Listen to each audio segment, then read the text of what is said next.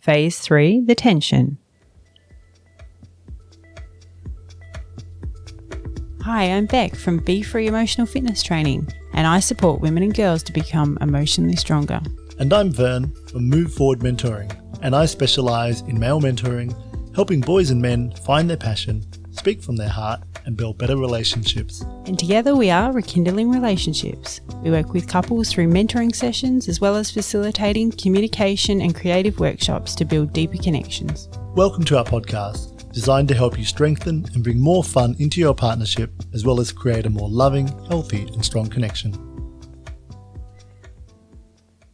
Hey everyone. Hey, how are we going? So today we're going to talk about the tension, phase 3 of the process of blending families. Now, there's a lot of tensions that come up in a family, in a blended family. We've had quite a few in ours, haven't we? Yeah, it would be pretty normal. It'd be pretty unusual if it didn't happen. Yeah, I think it's something which is, if you know about it, if you're like, oh yeah, this is going to happen, then you're forewarned, forearmed and all that sort of stuff. So, and I think the key is not to get stuck in these phases because statistics show that it takes roughly 7 years to go through all these phases. If you're doing really well and you move really quick and everyone's really adaptable, it can take about 4. Most people at 7. But if you get stuck in these phases, it can take up to 12 or longer years or just never really happened. Yeah. Yeah.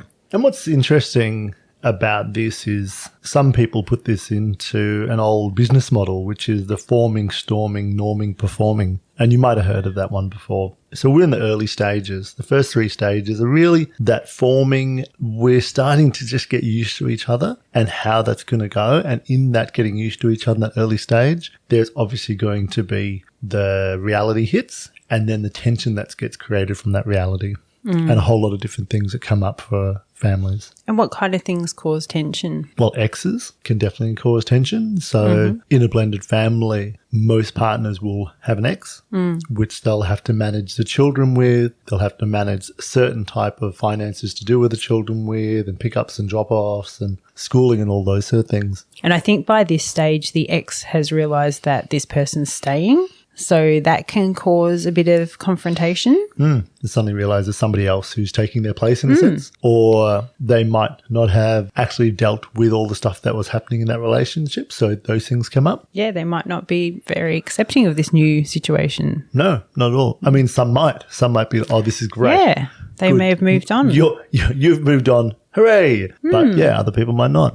Yeah. And that's a really important part because the children still have to deal with those exes as well. And whatever's being said in that space can affect the space you're having. The new space, absolutely. What else? How about things like sibling rivalry? So what does that look like for you, do you think? Could be that this new dynamic that they may not really like the new siblings. Yeah, they might not like them at all. They might not get along. They might not get along. They might not want them around. And also, they might be resentful. The birth order changes in this dynamic too, doesn't it? Which can cause problems. Yeah, like your youngest boy has now become the middle child, which is very different from before when the baby. he was the baby. And, you know, the baby gets a lot of that attention. And then all of a sudden when you become the middle child, you don't get as much. And the oldest ones who might be like, oh, I'm the oldest one, I'm in charge. All of a sudden it's like, oh, I'm no longer the oldest. I'm no longer in charge. Hang on a second. And that can really throw things. That can actually add to the rivalry. Yeah. I feel that in our space where your 2 boys are teens, tweens,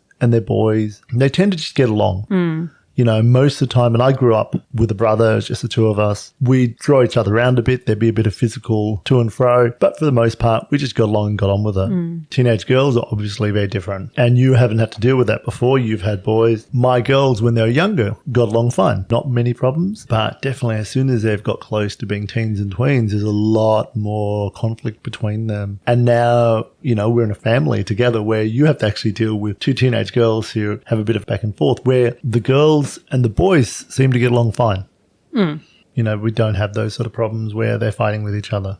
No, the girls and the boys get along fine, yeah. The sibling rivalries might be a little bit more enhanced in some ways by the fact that there's more people around. It didn't really surprise me, though. No? What do you mean? No, that there would be sibling rivalry. Like, I didn't expect the girls to get along amazingly. Like I'm well, very aware of you didn't get girls. along with your brother, did you? No.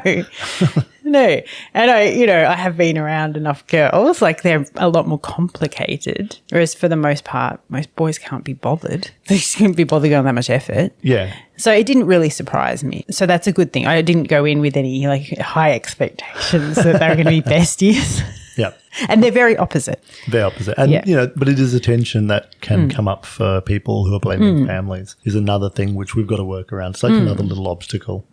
So what else do you think creates tension? I think people's need for attention. Everyone has a different need for attention, or maybe they don't have a different need as much as they demand for attention. And I think sometimes that can be tricky in a blended family, is spreading yourself around everybody evenly. Because I think it's really tricky to not feel like one's given a bit more than others because they demand it. It's a fine balance, that is, and can be quite tricky. And research says that the best way to do that is to make sure you prioritize time with each of them. Now, that's something which can be hard when there's so many of them. If there was only 2, it'd be sort of easy to do. With us, there's 4. So prioritizing time for me at the moment means that I'm trying to make sure that I might have a chat with everyone every day. I might sit down, have a quick chat, check in with what they're doing, but definitely I'd like to sort of do more in that space. I'd like to be actively doing something together with each of them so that I feel like I'm actually doing something productive in that space. The older ones are teenagers. They don't really want to just sort of hang out with you for some strange reason. Why don't they want to hang out with me? They don't mind me, but...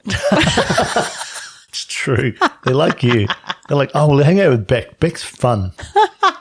Vern's a bit stern. A bit grumpy. Vern doesn't listen to our Stern blah. Vern. That has a ring to it.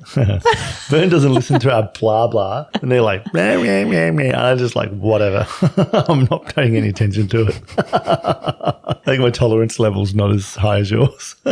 I reckon it's to trying to get everyone involved. So if you're doing something, you just ask everyone, or, ask who you think is going to be interested, not just one. And I think that I've been very conscious of trying to do. Sometimes I'll stop myself and I'll go, am I treating the girls like they're my own? Would I treat them this way if they were the boys? And then I would go accordingly. Yep. Like that was conscious effort to stop and go, is everyone feeling included? Am I treating them like I would the others? Am I being fair? Because I'm very strong on fairness. And it would take conscious effort to like step back and go, oh, okay, just before I decide to do this thing, just bear in mind whether I'm treating everybody like they're my own. And I think as soon as you embrace that, it's kind of embracing that, treating them like they're your own, then it makes it a little bit easier to divvy out your time and energy to everyone in an equal way. There is tension, as there would be when you bring a whole lot of people into a space. And it is a forming part of this group, of this family. And knowing that there will be conflict and there will be tension and there's things to look out for can actually help a lot in. So maybe you can move through these phases so you don't get stuck in one phase, which is forming part, where you never get past that tension